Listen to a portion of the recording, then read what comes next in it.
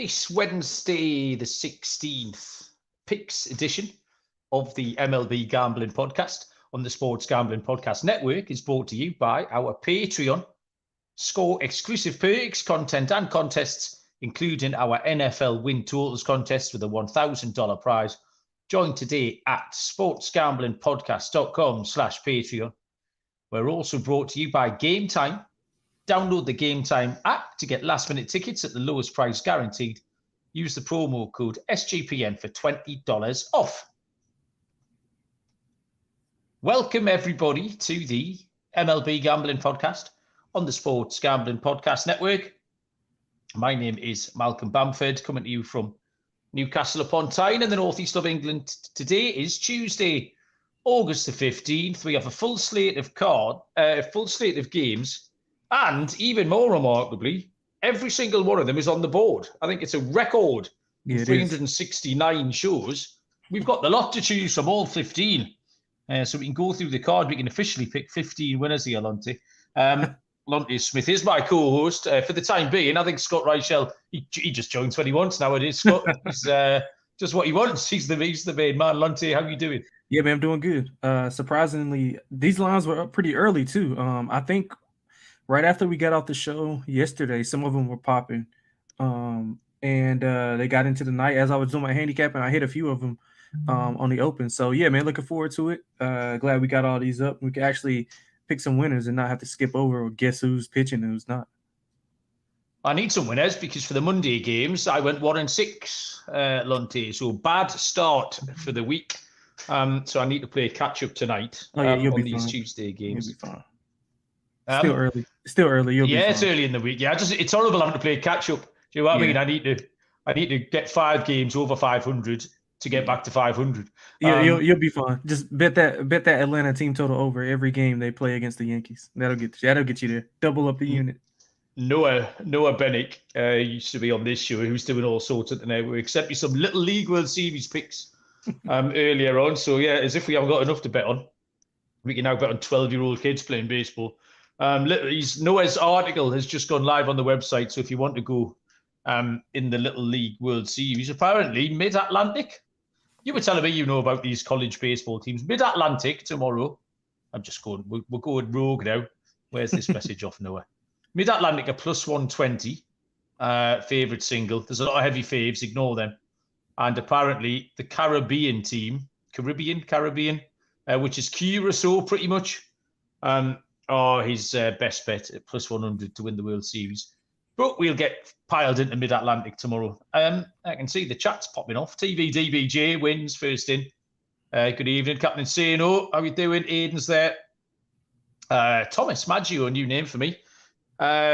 Thomas, good evening. How you doing? Thanks for joining us. I just said to you, Lonte, the second games of these series, so we're handicapping Tuesday for Wednesday, but the Tuesday games haven't gone off yet. So we kind of handicapped all the Tuesday games and we give out things like team trends, team winning streaks, team losing streaks, hot players, cold players.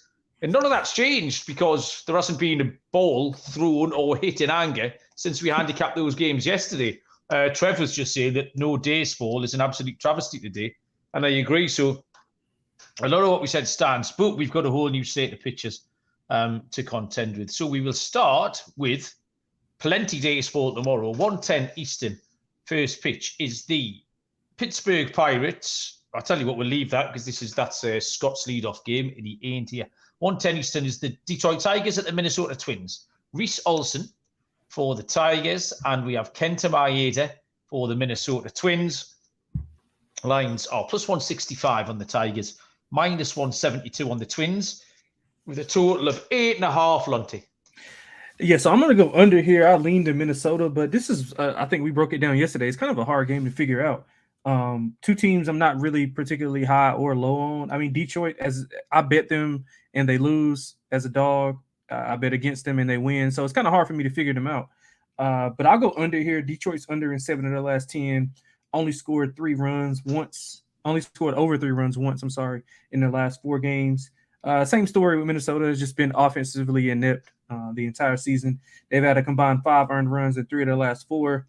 I do like Maeda. I think if you want to look at some props, I would look at his total outs props or his K props. I mean, he's had 2 earned runs or fewer in 8 of his last 9 starts. He's not giving up a lot of contact, only allowed over 4 hits twice in that 9-game span. So he's pitching the ball pretty well. Detroit offensively, I'm not really a big fan of, although they can get hot in spurts, but I think Maeda can keep him off the scoreboard here. So I'll go with the under. Like we always say, man, 4-3, somebody's gonna win. I don't care who wins, as long as it goes under. This is kind of the exact game we were just talking about where we did this game yesterday. Detroit and Minnesota, it doesn't matter who's pitching particularly. Like, it's the same 4-3 every day. Olsen, I don't mind Reese Olsen, but I think there'll be better days ahead for him. He's been good for 4 or 5 earned runs. But Maeda's the key part of this handicap. 2 earned runs max in his last 5 starts. He's been absolutely outstanding. Captain Insano has gone early with his dog, but I can't get on side with that. I've got Minnesota on the run line here. Say 4 or 5 runs would probably be enough. This could be a 5-3 rather than a 4-3, Lonte. I'll take Minnesota on the run line at plus 125. Don't hate that. Don't hate that at all. Next up is I'll tell you what we'll do. We'll go to Pittsburgh. We'll stay chronologically. The Pittsburgh Pirates at the New York Mets. Johan Oviedo for Pittsburgh and Tyler McGill goes for the New York Mets. Plus 116 on Pittsburgh and minus 125 are the Mets with a total of 8.5 or 9.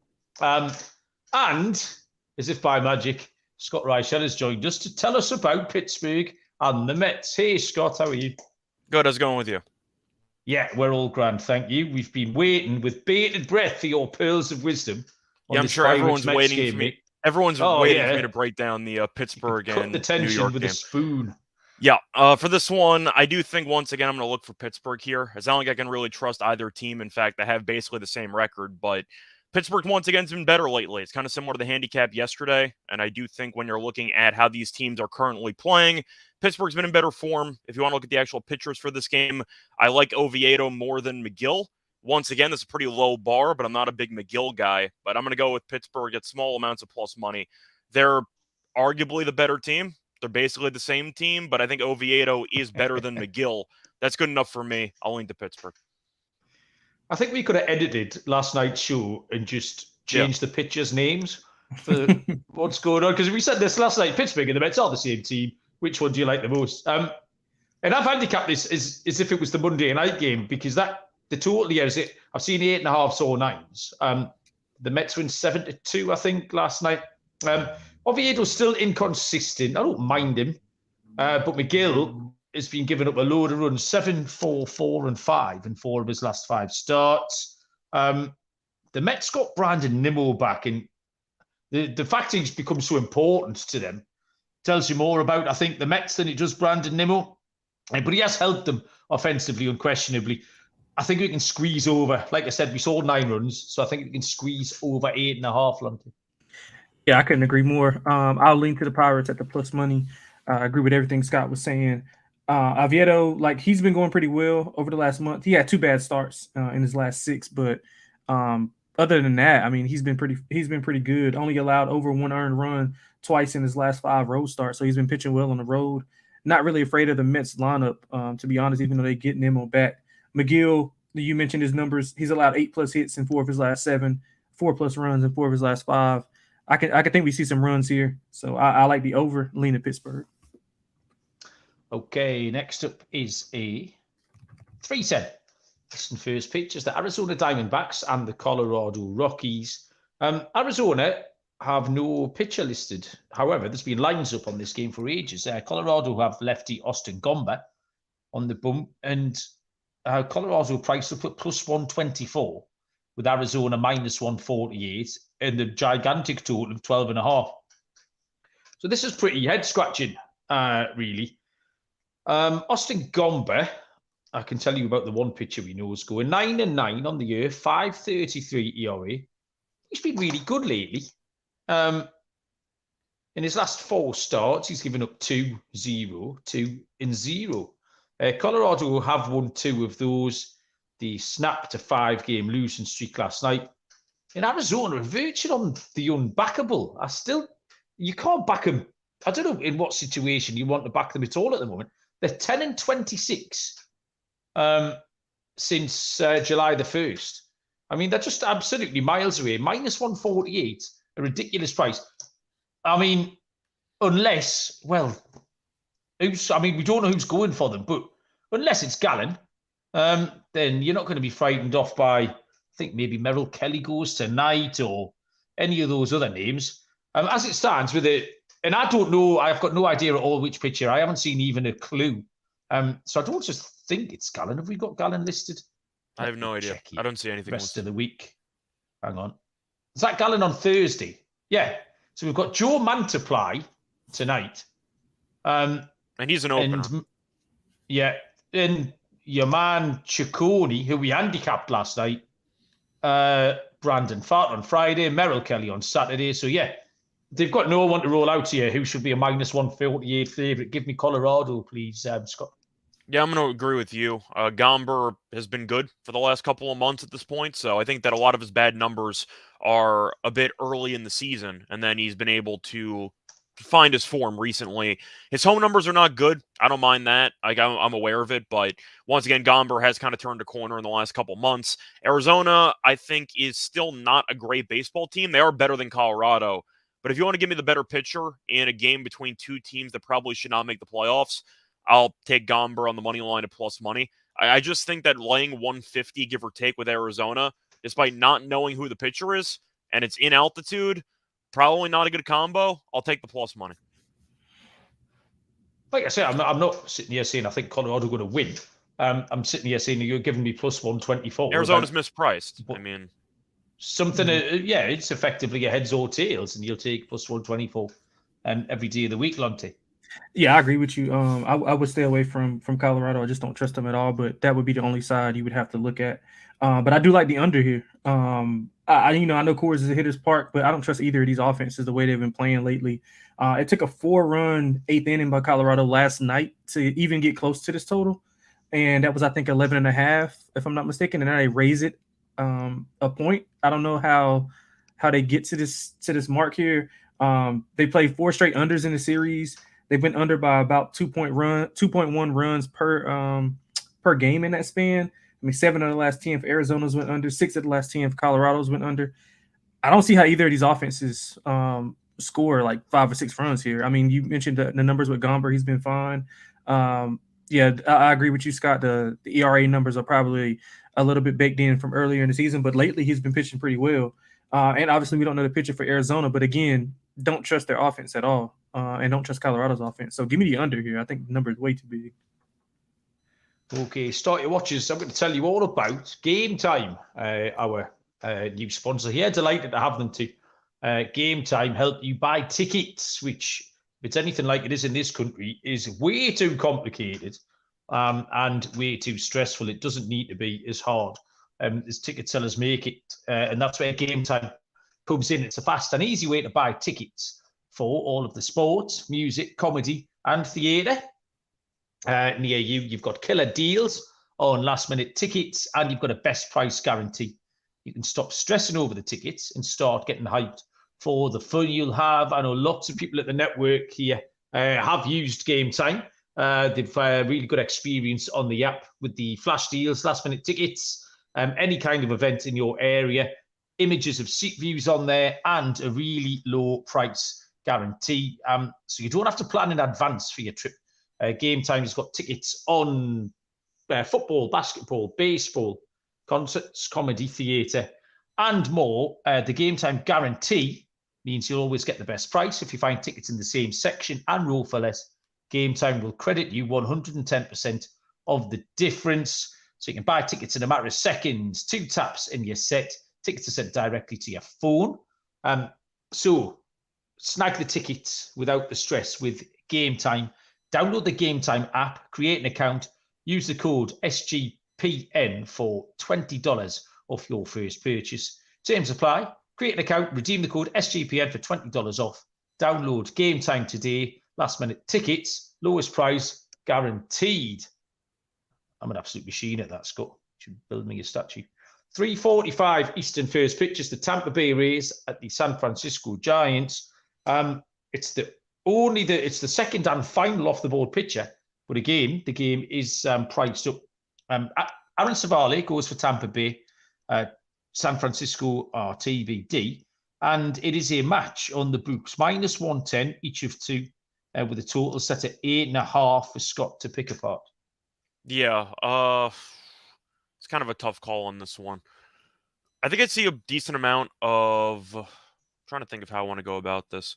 I think I'm going to lean to runs in this game. I think I'm going to go with the over in this one. It just feels like this total might be a little bit too low. I can see both offenses having a decent go of it. I'm going to lean to the over in this game. Lonte? Yeah, this was a tough game. I mean, I don't like the way San Francisco's playing. It seems like they haven't thrown an actual starter, like pitching wise, in like a month or two. It seems like they're always they keep alternating, but Savale hasn't exactly been great with Tampa so far. He was okay last start, went no length, went 5 innings. Yeah. I just don't really know if I trust him to go any length here. Tampa scored a decent amount of runs last night, I believe. I think they scored 10. I'll lean over. It's probably going to be a 7.5 total, 8 total, because it's in San Francisco. I'll lean to the over with two pitchers. One pitcher that I know I don't really trust right now. The other one I don't know who it is, so I'll lean to the over, I guess. Yeah, Savale 2.58 ERA in his combined starts since he's been a Ray. 5 combined earned runs and 2 starts as a Ray. You mentioned it. I mean, he wasn't great, but he wasn't bad. He's like somewhere in between. I mean, he's fine. But I think if he gets some run support, he'll be a little bit better. But I mean, San Francisco, they haven't been able to get it going offensively. They haven't scored over three runs in their last 5 games. So that should give them a little bit of confidence, especially the way Tampa's hitting. 32-27 is Tampa on the road. I mean, the offense is, like I said, they've woken up for the past few games. I mean, 6+ runs in 3 of their last 4. So I agree with you. I think we see some runs. I'm more so leaning to the Tampa team total over. Not sure if I can trust San Francisco to get there. Yeah. Unless Savale, turns into a gas can again. But I'm going to go with Tampa team total over, and I'll lean with them for the full game. I think the main concern I have with Savale is the fact that when he was with Cleveland, he had a personal catcher. I think Gallagher was his personal catcher, and then he went to Tampa, and as a result, now he's got I don't remember who his catcher is. Is it Betancourt? Maybe? The point is, he has a brand new catcher, and they got to work some things out chemistry-wise, which might take some time, which is kind of an underrated part, keeping an eye on trades for pitchers, because, once again, Gallagher, I don't think could really hit at all. He was literally only playing because he was a personal catcher to Savale, and now that comfort level's gone, so I wouldn't be shocked if Savale looks a little bit underwhelming for the next couple of outings, but he doesn't go any length anyway. I think the key part of this for me was what Lonte said about just San Francisco playing quite badly. And Tampa haven't been great, but got their act together last night. They won behind Glasnow last night, and I think that was important. They scored a lot of runs as well. And Savale hasn't been as good as he was in Cleveland. Well, he hasn't been awful either. He's given up. Yeah, I get the bit about the length into the games, but 3 earned runs and 2 earned runs isn't going to put you out of the game. And against the San Francisco Giants team, who are struggling, so I think Tampa Bay a little bit better with that 10-run game behind them last night. And they're a better team than San Francisco. I think if they play this game 10 times, Tampa Bay would win 6 or 7 of them. So at -110, I'm happy to take the Rays in that spot. 6:40 Eastern first pitch is the Cleveland Guardians and the Cincinnati Reds. Noah Syndergaard for Cleveland. Andrew Abbott, left-handed pitcher for Cincinnati. +130 on the Guardians, -142 the Reds, with a total of 9.5, Scott. Yeah, so for this one, my favorite play is going to be a prop here. I'm going to take everybody at the top of Cincinnati's order to steal a base, because it's just going to happen. Syndergaard can't stop anybody. That was really the most annoying part about one of Syndergaard's last starts was against Toronto. And Toronto just only attempted 1 stolen base in the entire game. And you're wondering, like, did you not read the scouting report for the last 4 years on Syndergaard? Cincinnati likes to run. They are one of the league leaders in stolen base attempts per game. I think Ellie's going to steal a base. I think you're probably seeing Friedel steal a base. Anybody that gets on first base is going to steal second base. McLean maybe, anybody who has any speed of any kind. So I'll look for a player prop there on a bunch of guys to steal bases because Syndergaard should have lit up a lot of base runners. I know when he was with the Dodgers, he got buried by Cincinnati earlier this year, and I could see a similar story here. I think Elliott his first career home run against Syndergaard, if I'm not mistaken. But anyway, I could see the Reds scoring a bunch of runs. I think you're going to end up seeing Syndergaard struggle. I like Abbott, though, so I'll look for the Reds' first 5 run line. I'll take the -0.5. I definitely don't want to take the full game because the Reds' bullpen scares me, but I definitely see a bunch of stolen base attempts by Cincinnati, and anyone that gets on base should be able to try to steal second, besides maybe Joey Votto. Well, we see this about Toronto all the time, just fundamentals, and that kind of comes down from the top. They've got some really good players, and they'll win some games and play well, but they're just meandering along, having a lovely time. And you think if you apply yourself, like, why haven't they done that against Cleveland? It's just absolutely baffling. It's one of the things that makes Toronto so hard to call, I think. 2 of Syndergaard's last 3 have been okay, and I'm happy to trust him here. A very similar handicap to this the Tuesday night game, between Cleveland and Cincinnati. Obviously, I really like Andrew Abbott. That's the difference. Ramirez is back in the lineup, so that's the difference between Monday night and Tuesday. Yeah, I think it is. But again, Cleveland still don't score tons of runs, even when he's kicking around. Last time we had Logan Allen and Ashcraft. This time we get Syndergaard and Abbott. That 9.5 just like a little bit too high for me. Because I don't think Cleveland will score too many. And if Syndergaard isn't terrible, 9.5 is just a hair too high. I'll take the under, Lonte. Yeah, so I'm going to go with Cincinnati on a run line here. I mean, Thor's bad. 5+ earned runs in his 4 of his last 5. 10 home runs allowed in his last 5 starts. Abbott, he has gotten himself in a little bit of trouble in 2 of his last 3 starts, but I think he'll be fine against his Cleveland lineup, who, I mean, they're not murderer's row here. And like I said yesterday, I mean, Cincinnati's offense and their winning is kind of correlated. I know it sounds crazy, but when their offense is playing well, they win, and they just can't win close games. I don't know if it's the youth. I don't know if they're just not accustomed to playing in close games, but I think it's the bullpen. Say it again. It's the bullpen. They can't hold the lead. Yeah, well, that too. But I mean, yeah, I think that Cincinnati's going to roll here in this series. I love them in the series. I love them today. Going. I like Abbott. I think he'll bounce back pretty nicely here. I mean, Thor, like you said, any stolen base prop, especially Ellie, because Ellie might go from first to third on one pitch. So and the Reds got a lot of speed for most of the lineup. So they do, especially at the top, like you said. So yeah, I'm in agreement with you there. I like Cincinnati on the run line. Also like the team total to go over. TBDBJ with the dad joke of the week in the comments. Well done, Trev. Don't give up the day job. 6:40 Houston first pitch is the Houston Astros at the Miami Marlins. Justin Verlander for Houston and Jesus Luzardo, left-handed pitcher for Miami. It is -125 for the Astros. It is +110 on the Marlins with a total of 7.5. Justin Verlander, 7-6, 3.19 ERA. He's just been fine. 1.95 ERA in his last 5. Has gone as deep as 8 innings recently. Maximum 3 in runs kind of thing. Houston have won 4 of those 5 starts. The Astros are hitting .269 against left-handed pitching, which is what Luzardo will do tomorrow.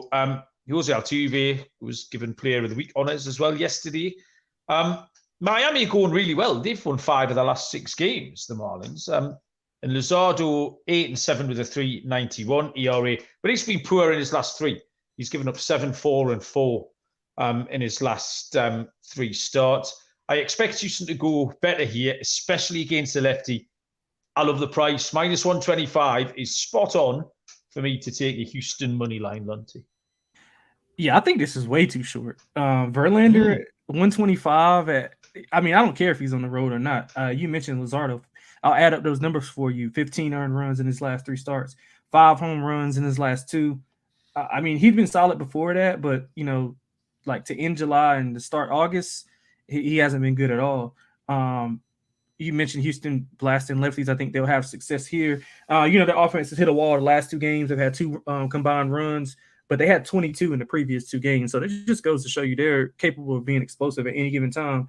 I don't think Luzardo will be able to limit them offensively. And I mean, just to get into Verlander, he's only allowed over 3 earned runs once in his last 11 starts.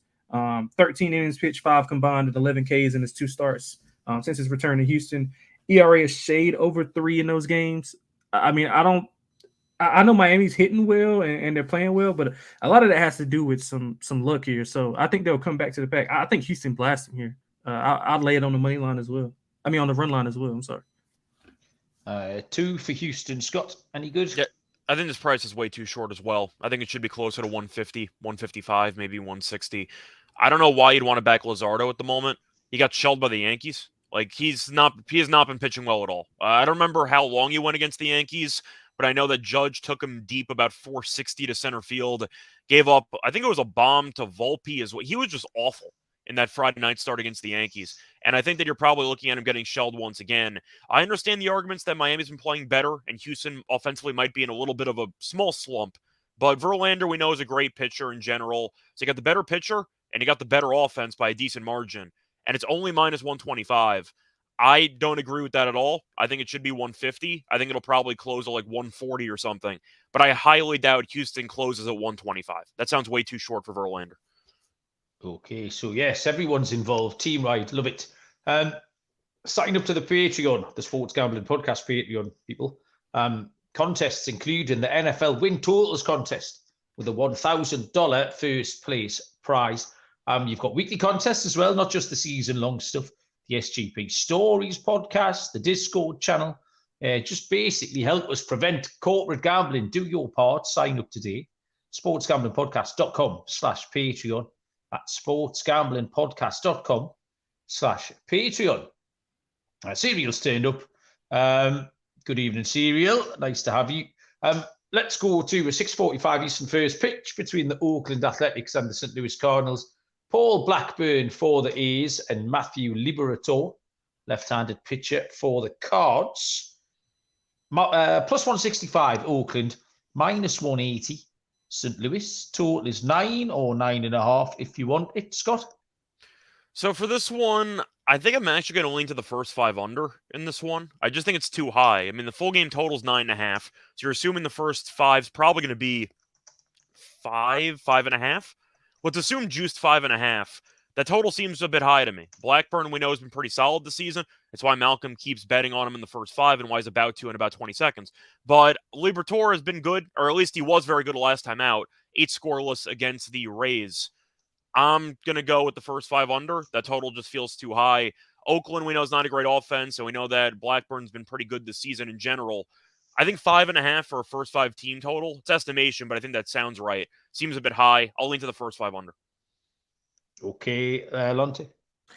Yeah, well, you won't have to wait for Mal to do it because I'll take the first 5 with Oakland. Love Blackburn in the spot. Lonte, I like him for the full game also. I don't know if you guys watched the game last night, but Oakland was up 2 runs, I think in the bottom of the 7th. Didn't win the first 7, yeah. Yeah, and did you see that catch when Jordan Walker had the bases loaded? It looked like it didn't look routine. Don't get me wrong, it didn't look routine, but I think more times than not, he makes that catch. It looks like he just dropped it, like he did it on purpose. I mean, I'm not saying that he did it on purpose, but well, he just did. It looked like he could have made that catch a little bit simpler, but it goes out of his glove. Jordan Walker clears the bases with a triple. That kind of concerns me. I don't know if that was kind of an aberration, but I mean, I want to fade Liberatore off that good game. I know, Mal, you hit us up in the group chat was saying about he was throwing a gem, but I think that was more of an aberration here.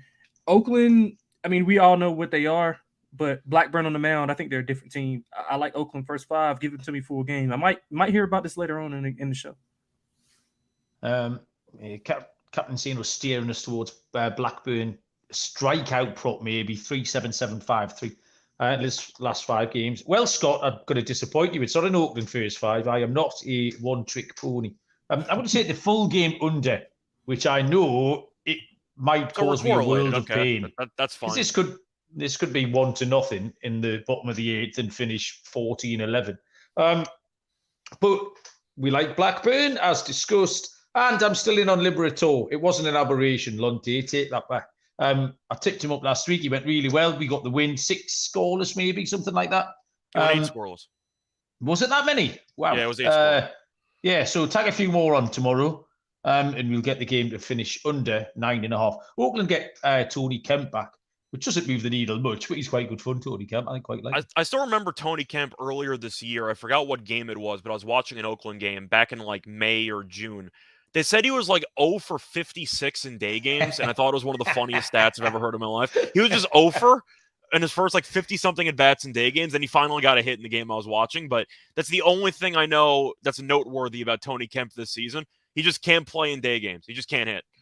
But he's gonna homer in this game. Watch. He might. I'm once again the one game I watched, he got a single. But I want to actually look up what his numbers were, because I remember he started the year like 0 for I think it was 54 in like day games, or it was like something insane. But I got to look it up. I want to see how he's batting in day games, because the average is probably terrible. It's not related to this game. It's more just out of curiosity. But day games, he's batting 149. There you go. He's just a funny bloke. Every time I hear him have a little bit of chat, he tickles me. Like, he's quite amusing. I used to like him with it was Houston, right? He was like a pinch runner infield guy. That's before my time. I think that one, Scott. I think it was Houston, though. I think it was Houston, though. He was like a pinch run utility guy, and now he's like a lead. Now he's a starter because Oakland is a AAA team. That 149's leading Oakland's batting average this year.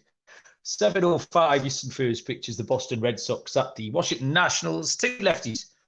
James Paxton, who I handicapped by accident yesterday, goes for the Boston Red Sox. And Mackenzie Gore goes for the Nationals. -165 Boston, +145 Washington. Total is 8.5 or a 9. You can have either. Lonte, lead us off. Yeah, so I'll go over that 8.5. I just think, is this Paxton going today? I don't. Yeah. I saw a different lineup. I mean, different pitches listed. I see Paxton against Gore. Okay, cool. So yeah, two lefties. Paxton, he's got a good win. He got a good win-loss record, but I mean, I don't really trust him fully. He's pitched, against below average offenses in the last handful of starts. Kansas City, the Mets, Oakland, who we just talked about, the White Sox. I'm not saying that the Nats are an above average offense, but they're pretty good. They also hit lefties pretty well. 280 against lefties on the season. Gore has been inconsistent, but he's better at home. I mean, he's allowed 2 earned runs or fewer in 3 of his last 4. And you can usually he had this throughout his whole career. I watched him a lot in high school. He has it and he's on, or he doesn't, and he's getting hit around every other batter. Like it's no in between. So I'm gonna bet on him to have a good game here. I like the over. I think both teams can score some runs here. So give me the over in Washington at a plus price. Okay. Scott? Yeah, so I do acknowledge the line might be a little bit high, but I'm going to lean to Boston personally. I'm not a fan of Gore. I know that he was a top prospect for the Padres, and now he had a lot of expectations, and I know Washington's not very good, but Gore, let's call it what it is. He's a work in progress. You can make an argument he's inconsistent. Occasionally he has good starts, but the flashes have not been there for long enough for me to actually have faith in him finding something in the immediate future. I don't think he's a very good starting pitcher. I think he's like a back-end number 4, number 5 guy. As a Yankees fan, of course, I'm not a big Paxton guy because he wasn't very good with the Yankees. But in general, I think he's fine. He's a proven commodity. He's a standard, bad number 2, good number 3 starter in a rotation. That's good enough for me. I think Boston's a better team. I think that Boston has the better lineup in general. I do acknowledge Washington being better against lefties, but I really just don't trust Gore at all. And Gore does have a bit of a home run problem at times, and Boston can take him deep on several occasions. I'm going to lean to Boston here on the run line. I recognize that the Nationals had a nice sweep against the Athletics. Congratulations. It was the Athletics, but I'll take the Red Sox here. I'm just not a Gore guy. I think that he's once again, maybe he will be good someday, but I don't see it at the moment. So I'll lean to the Red Sox. If you do like Washington, maybe take the team total, because once again, I just really don't trust Gore at all. My handicap, Scott, was exactly the same as yours, which was a really uncomfortable pick on Boston, because it's a horrible price for a start. If there were a better price, then I'd be happier. But you don't think I'm being harsh on Gore? Do you agree? I just think he's a back-end rotation guy. I think you're being harsh. You don't like North Carolina guys, man. I mean, I root for North Carolina for college basketball. I'm anti-Leaky Black, but I like the rest of North Carolina players. No, I'm just messing with you. But anyway, Malcolm might agree. I just don't think he's very good. I just think he'll give up one or two more than Paxton. It's pretty straightforward. And Boston are likely to score one or two more than Washington. So I don't like the price. I didn't want to take the run line. I just didn't want to give any. This is like way down my list. I was hunting around there to see if there was something approaching -150 for Boston, so I could give out the unit and a half there, but there isn't. So you have to take them on the run line and maybe a Boston team total. I'm copping out with this. I think I prefer Boston, but this could be number 15 on my list of things to bet. 7:07 Eastern first pitch is the Philadelphia Phillies and the Toronto Blue Jays. Aaron Nola for Philadelphia, and drawing the start for Toronto is Kevin Gausman. +138 for the Phillies, -150 for the Blue Jays with a total of 8. Aaron Nola is 9-8 on the year, 4.49 ERA. His last start was okay, but he gave up 2 5 earned run outings before that. Kevin Gausman's been good, but he's been excellent at home. The key handicap here is Gausman's home form. He's got a 2.71 home ERA in 11 games started. He's got a 100-18 strikeout to walk ratio as well. Philly still struggle on the road. They're still under 500 on the road. So it's not big or clever, this one, but Toronto at -150. It's a pretty boring play, but that's the one I've gone for, Lonte. Yeah, this is a tough game. I think all three of us had a time handicapping it yesterday. I like I said, I'm going with the same thing I went with in all the tough series previously. I'm going to bet on a dog every game and turn a profit somehow. I think that's a good way to look at it. Both teams winners in 6 of the last 10, 2 solid pitchers on the mound. Like I said, it's hard to choose a side. But I'm gonna lean with the dog here. I have really no conviction or metrics to back that up, to be honest. I just think it's just such a tough game that, I mean, either I could see any scenario. I could see any outcome if you tell me. So I'm just gonna bet the dog here. I think both teams are pretty much equal. I think they're about the same. So I'm gonna lean with the dog here. Okay, reasonable, Scott. I'm actually going to lean to Philly as well. First of all, I'm not a big Nola guy, a full disclosure. He gives up a lot of home runs.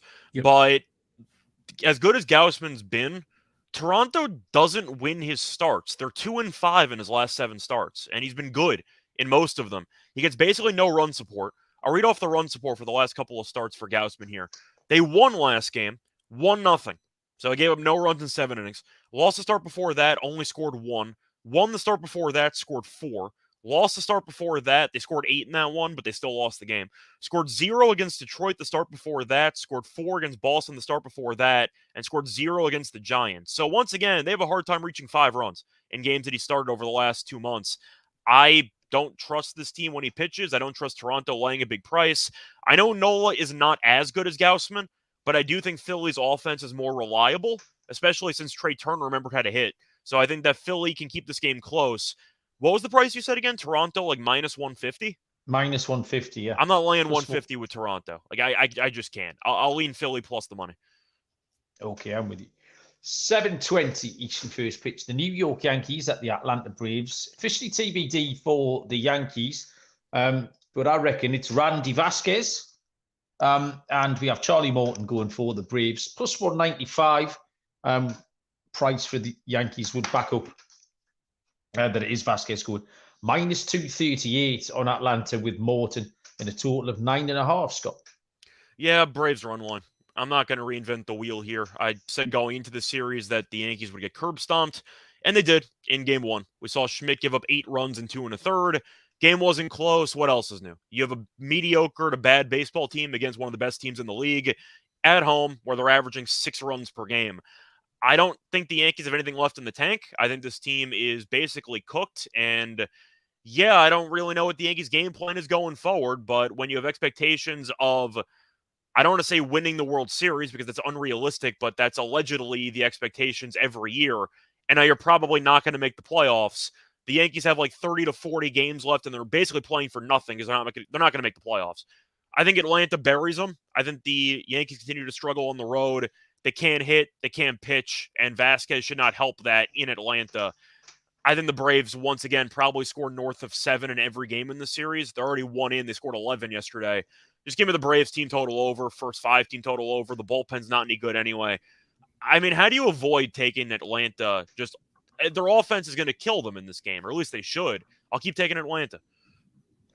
Okay, pretty damning handicap there from Scott to the Yankees, Lonte. Yeah, I second that. Everything Scott said. The biggest mismatch series of the week. I think Atlanta is just light years ahead, and even Aaron Boone said so himself. The class of the league is what he said. I mean, it didn't take a rocket scientist to figure that out, but again, I think New York is cooked. I mean, Atlanta 51 runs scored in the last 5 games. There's no way you can put money on the Yankees. If you might as well just send that money to us if you're going to bet on the Yankees. If you want to bet the Yankees, maybe a team total, and you hope that Morton's going to struggle. But I mean, once again, I can't trust Vasquez against this lineup. I just don't know how that's supposed to go well. Right? Yeah. I mean, if you do, I mean, bet the over. I mean, maybe the offense they haven't been as bad, but I mean, I just can't put any type of money on them to be competitive here. So Braves team total over. First inning over. I know I read out those stats yesterday. Really, really good in the first inning. I got them in the first inning again today. I'll be betting that again tomorrow. So any way you can get the Braves, man, I think they'll pretty much put up 10 plus here again on Vasquez. Yeah, I think the over 9.5 is going to be a bigger price. The Braves on the run line are -120. So there's not much in it, but that's going to be my pick. Again, all the reasons you've said. Vasquez has done okay, but this is the Atlanta Braves we're talking about. Johnny Morton hasn't been great, though. 5.84 ERA in his last 5. Austin Riley's been absolutely raking. 5 home runs so far this month, 3.28 August ERA. So some Riley props if you want. And I know Scott said Atlanta is scoring 6 runs a game. They're scoring 7.9 runs per game this month. Which is a terrifying amount. So over 9.5 looks like a great bet for me. That'll be my way of handicapping that one. 8:05 Eastern first pitch, the LA Angels at the Texas Rangers. Angels officially TBD. I see Reed Detmers going. And for Texas, it's going to be John Gray. +136 on the Angels, -162 on Texas with a total of 9, Lonte. Yeah, pretty much the same handicap as we just gave out with Atlanta. I'll take Texas any way you can get him. I mean, Detmers, if it is him, he's horrible. I mean, put it like 14 earned runs in his last 2 starts, 6 home runs allowed in his last 3. He hasn't gotten out of the 4th inning in his last 3 starts. I mean, Texas's offense is rolling. I think they put up 12 last night, if I'm not mistaken. Yeah, they won 12-0. Yeah, they 6+ runs. And 6 of the last 8 home games, 5+ in 9 of the last 12 games, regardless of location. I mean, it's hard not to back this offense, against Detmers and the Angels with no confidence at all. I mean, I actually had them today with G Little on the mound, so I'm hoping that they can turn it around today. But yeah, Gray's been a little bit inconsistent, but I mean, at home, he's been pretty good. And much like Mackenzie Gore that we talked about, when it's on for Gray, it's on. He's pretty much untouchable. So I like Texas any way you can get them, especially the team total to go over. Maybe pair them in a parlay with Atlanta. I know we don't really promote parlays a lot, but I mean, that's a pretty good one right there. Scott? Yeah, I'm taking the Rangers run line. I've said it for months, probably a year at this point. I don't think Detmer's any good, and Lonte agrees with me. Detmer's peaked in his rookie year in a fluke no-hitter. That's basically it. I don't think he's any good. So I think he's probably going to get killed in the start. Detmer's last 2 starts, Delonte mentioned it before, he's given up 7 earned in each of the last 2, given up 5 home runs in his last 2 starts combined, and Texas is averaging roughly 6.2 runs per home game this season. So, yeah, I think Detmers gets shelled here, and Gray is fine. Once again, not an amazing pitcher, but he's fine. Been around the block a few times. Detmers, though, has been okay against Texas this season, 10 innings, 4 earned. But with Texas at home, and with the current form of these teams, the Angels are basically dead to rights at this point. They went all in at the deadline to fall apart, and Texas is trying to extend their division lead. But with Gray against Detmers, I'm just really anti-Detmers. I don't think he's very good, and his road numbers are really bad. So far this season on the road, Detmers has, pulling it up quickly, 41 2/3 innings pitched and a 6.7 ERA on the road. Have fun against Texas. I'll take Texas run line. Yeah, I'm a bit sad for Reed Detmers. I thought he was going to be all right. I still think he might be next season. We'll give him another try. As it stands, I've got the word nope written next to him in big letters. Gray's been awful at home, though. 9's far too low. Texas will win this 9-6 is the answer. So over 9 is a no-brainer. JP saying hello in the chat. He's joining us for his, I think it's his debut live, JP. Hello. Nice to see you. Happy to have you along. Give us some picks in the chat, JP. We'll get them tailed. 8:05 Eastern first pitch. The Chicago White Sox at the Chicago Cubs. Mike Clevenger for the White Sox. Cubs TBD. I've got Javier Assad going for the Cubbies. Plus 124 on the White Sox. Minus 148 on the Cubs. Total is 9.5. Mike Clevenger, 5-5, 3.55 ERA. He's been really good lately. And not too bad on the road either. He had a 4 2/3 innings scoreless start at the Dodgers, which kind of indicates how well he's been going. And I don't really mind Javier. He's 2-2 on the year, 3.12 ERA. And this is his third turn through the rotation now. Generally, he's been a bullpen guy for the first half of the season. And his first two have been okay against Atlanta and the Blue Jays. So he hasn't had it easy in his first couple of turns through the rotation. I think they'll both go okay. Obviously, you're waiting for a weather report, but the 9.5 looks too high between two okay starts. Maybe your first 5 under, because the White Sox aren't particularly trustworthy. But yeah, I'll take the under 9.5, Lonte. Yeah, I can agree with you there. I was hoping, I saw Stroman earlier. I'm hoping that we do get Stroman so we can get a bigger price on Washington in the first 5, because I'll probably be looking to back him in the first 5. Clevenger, like you mentioned. Wait, you mean Chicago in the first 5? You said Washington. Oh Chicago? Yeah, I'm sorry. I'm thinking about the chat. Yeah, I mean the White Sox in the first 5. Yeah. So Clevenger, you mentioned that he hasn't been bad. He hasn't allowed over 3 earned runs since May the 6th. By my count, 1 earned run or less in 4 of his last 6, not allowing a lot of contact. I mean, the Cubs, they're fine still, but I think the number, if it's technically, if they like go back to Stroman or even now, I think it's still worth a shot to lean with the White Sox. I know they're horrible on the road. I know their offense sucks, but I think Clevenger is better right now than what when they're going to throw on the mound. The Cubs are going to throw on the mound here. Scott? I don't mind Clevenger, but the White Sox bullpen terrifies me, so I think I'm going to lean to the White Sox first 5. Maybe the under for the first 5, but looking at the actual weather in Wrigley, the wind is blowing out to left center field at about 5-6 miles per hour, so that should result in about 11% increase in home runs. So maybe that'll be a concern, but I do think you're going to see a bit of a lower scoring game potentially because Clevenger's been fine, Assad's been fine, and the White Sox can't hit. I don't mind, once again, the White Sox in the first 5 if you want to take a flyer with the dog, but I definitely don't trust the White Sox bullpen to contribute anything for the sake of winning baseball games. So 148, I maybe wouldn't mind it with the Cubs. Wait, so you said it was 148 or 178? Sorry. 148. 148, it's a little bit low for the Cubs because I think they're the much better team. But I would probably wait to see if I can get a better line in play because, once again, I do think the White Sox can hang around for about 5-6 innings. But once the bullpen comes in, it's over. So I'm going to go with the Cubs to win the full game, but the White Sox hang around early. Daryl was asking in the chat about the Braves, the Mariners, the Orioles, and the Dodgers for the Tuesday night games. That Orioles game, Daryl, was the one that tore us asunder last night.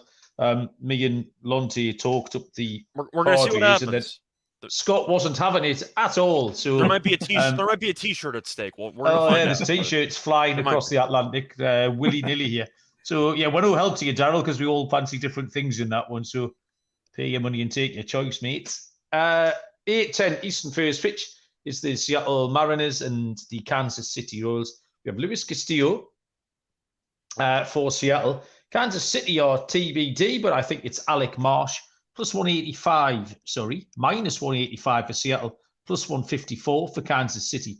Total is 8.5. Scott? So this one's a bit tricky because obviously I'm anti-Marsh, but that's not guaranteed he's going to pitch.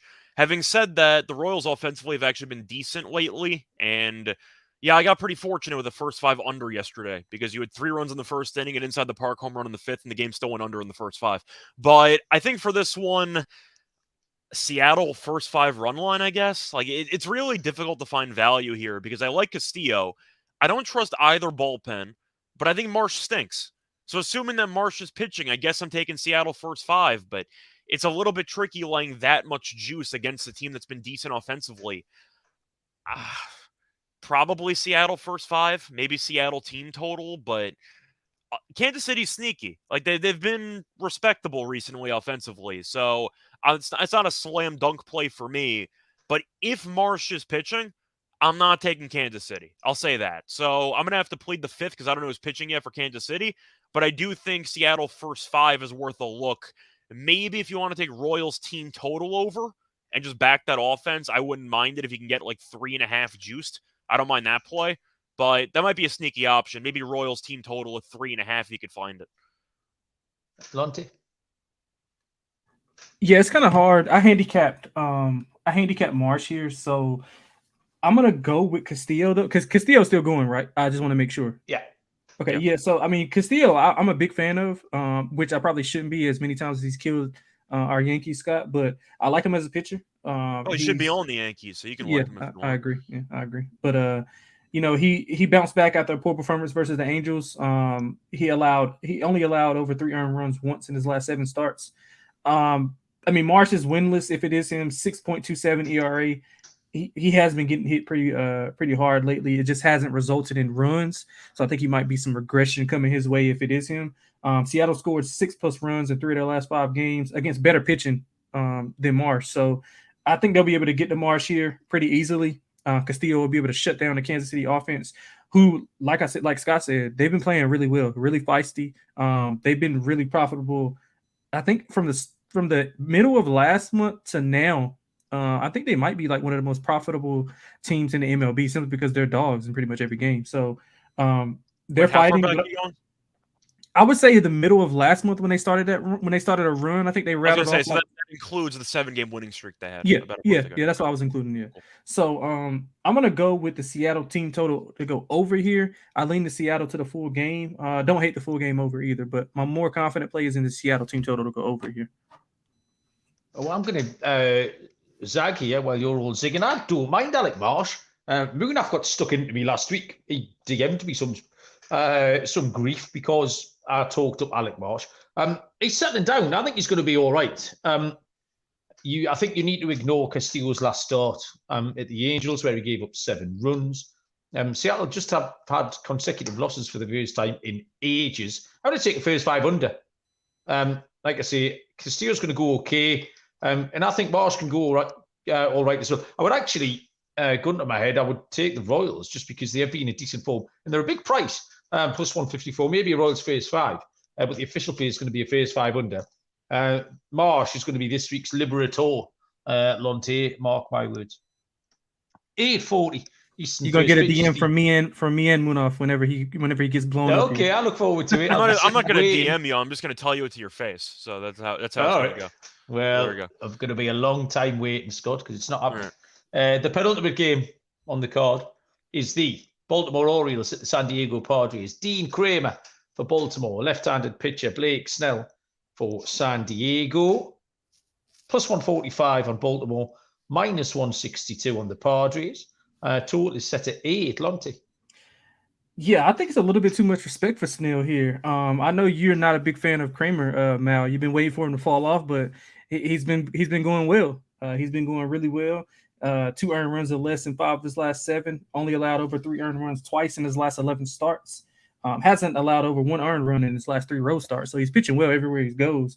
Baltimore, we all know, extremely good on the road, 38-22. San Diego just a game over 500 at home.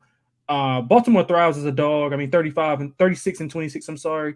And if you want to get real spicy, if you can find a 1.5 on Baltimore, they're 44-16 on the run line in the road games. That's crazy. Beautiful, that one too. You mean the plus 1.5 or the minus 1.5? No, I want the minus 1.5. You'll get a bigger plus price. Yeah, because right. they're dogs, right?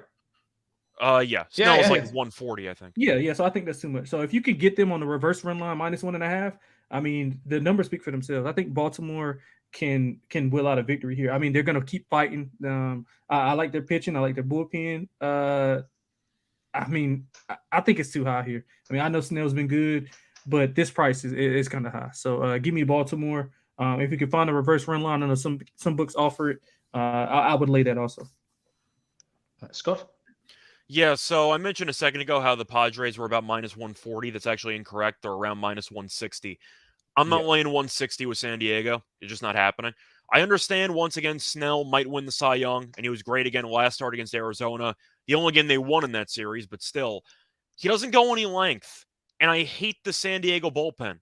Like, I feel like, once again, this could be a spot where maybe you live bet it. Baltimore might be down early, but then Snell gets pulled because he doesn't go any length, and the bullpen falls apart because San Diego's bullpen stinks. And it wasn't good yesterday either, I don't believe. But the point is, I can't lay 160 with a team that really is a hard time of just piecing together the final couple innings. And when you compound that with Baltimore being such a great team, I can't go against Baltimore getting that plus price. I'm going to lean to Baltimore. If you do like San Diego, take the first 5. But it's a combination of Snell not going many innings and the Padres bullpen being terrible. Give me the Orioles plus money, maybe to come from behind. Now, I am handicapped this afternoon before I saw the prices, and I'm a very shrewd man because this should be closer to a match. But I've got written down here, Baltimore are going to be much bigger, and you have to take them. And then I've seen a line at plus 145.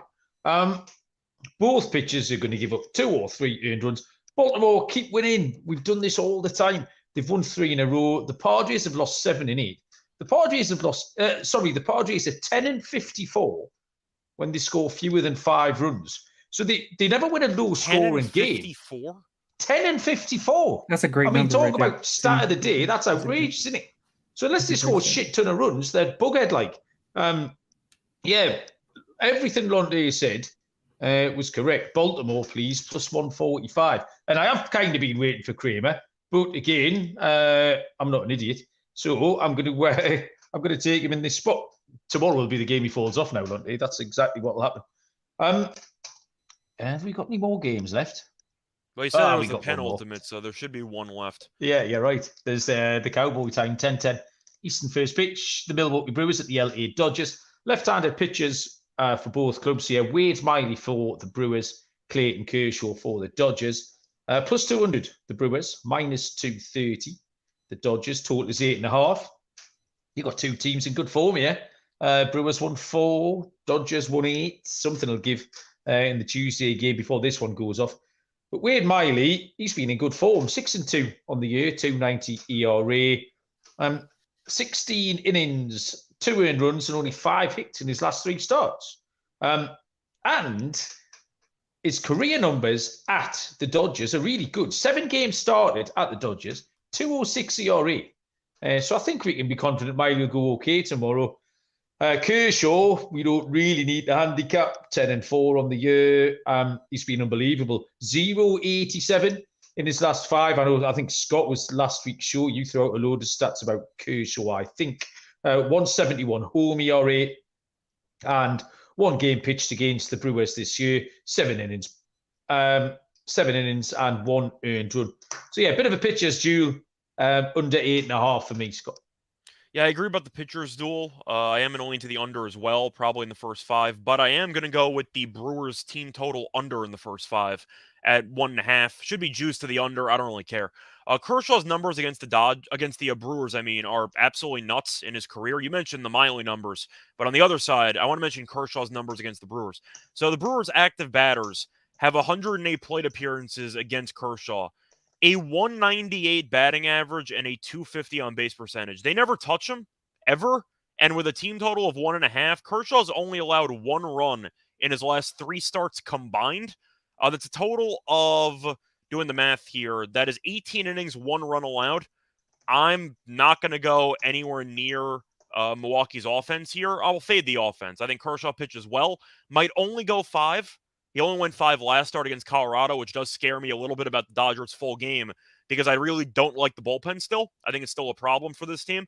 But I do think, once again, if you are assuming Kershaw is going 5 or maybe into the 6th, barely more than that, I'm not laying 235 since I don't like the bullpen. but I will take Kershaw by himself. So give me the Brewers team total under in the first 5 at 1.5. Okie doke. Confident stuff from Scott Lonte. Yeah, pretty much stole all my thunder with the Clayshaw number. I had all the numbers laid out to go ahead and roll out here. I didn't mention the record, though. I know the record's great, too. I just mentioned the batter. Yeah, I mean, but the stuff that you mentioned was worth way more than just the record. But I mean, the Dodgers, they roughed up Miley back in May. 7 runs, hit 3 homers off him. He has been pitching well. Shutout in that game, or Kershaw gave up like 1 run or something. No, 1 run on 5 hits. Yeah, that's what I thought. Okay, what do you got? Like 6? You want like 6 or 7? I think. I think he went 7 in the third. Yeah.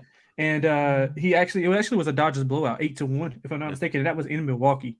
So I think much of the same here. I mean, the Dodgers again. I mean, I just think they're rolling right now. Kershaw has been untouchable. I mean, you read out the stats. I won't regurgitate those, but I think. I mean, you mentioned it yesterday, Mel. I mean, Milwaukee's a fraud. Look at their win differential. I think they're frauds. So give me the Dodgers on the road. What did you say it was again? 6? It was a run differential of 6, I think. Yeah, 6. That's what I thought. Great. So that's crazy. And then the Cubs were like what? Like quadruple that? 68 or something. Yeah. Well, give me the Dodgers on the run line, man. I think it's a pretty much open and shut case. I would agree with Scott on the Milwaukee team total to go under in that first 5 also. It's an open and shut case. Lonte rests his case on today's card. Okay, so we've got to the end of everything. Locks and dogs. I'm going to lead off just because I can. Really easy. Dead straightforward tonight. No messing on. Lock is Houston, -125. Part of the reason I'm leading off is just because I think you two are going to try and pinch Houston as well. So I just marked them off on my list. Yeah, I had Houston. I just marked them off. I'm going to force you into taking Detroit or something. I'm taking Houston at -125. And for my dog, Baltimore, dead easy, plus 145. Lonte, get in the queue, pick something else. Scott, you go next, take his other picks. All right, so I'm trying to think of which.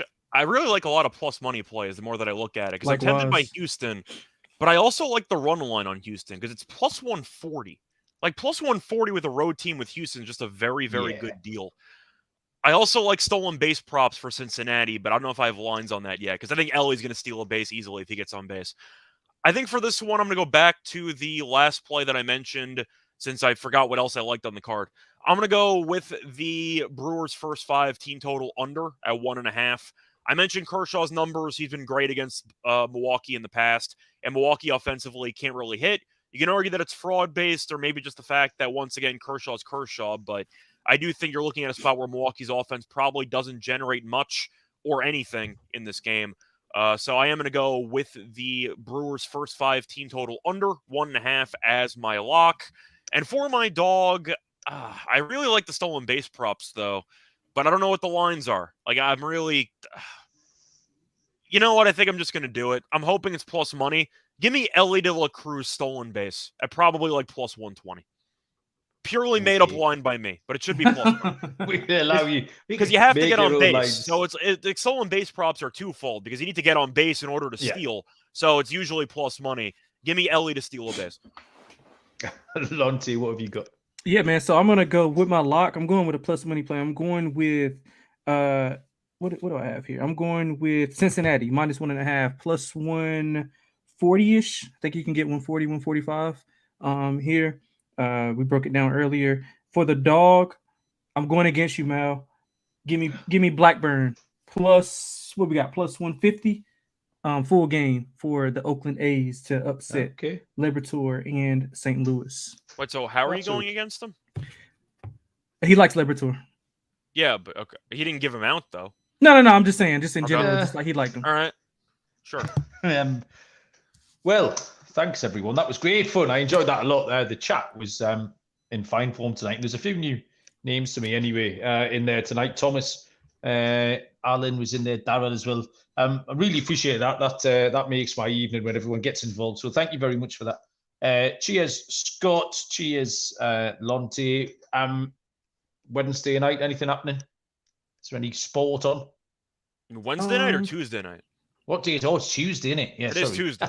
It's Wednesday. Is it Wednesday for you yet already? Nearly 45 minutes, mate. Oh, okay, yeah. Creeping up there. Yeah, not much going on. I played I played Fat Man football tonight, so I am not going to be able to get out of bed tomorrow. I'm going to be like the Tin Man. I should know better, really, at my age. So we'll see. I'm not here tomorrow, but some people are. So there's lots of things going on. Lots of baseball, though. That's what I'm going to get involved in. Look forward to it. Cheers, boys. Thanks, everyone who joined us. Good luck with all your bets. And until tomorrow, we'll see you down the road. Cheers.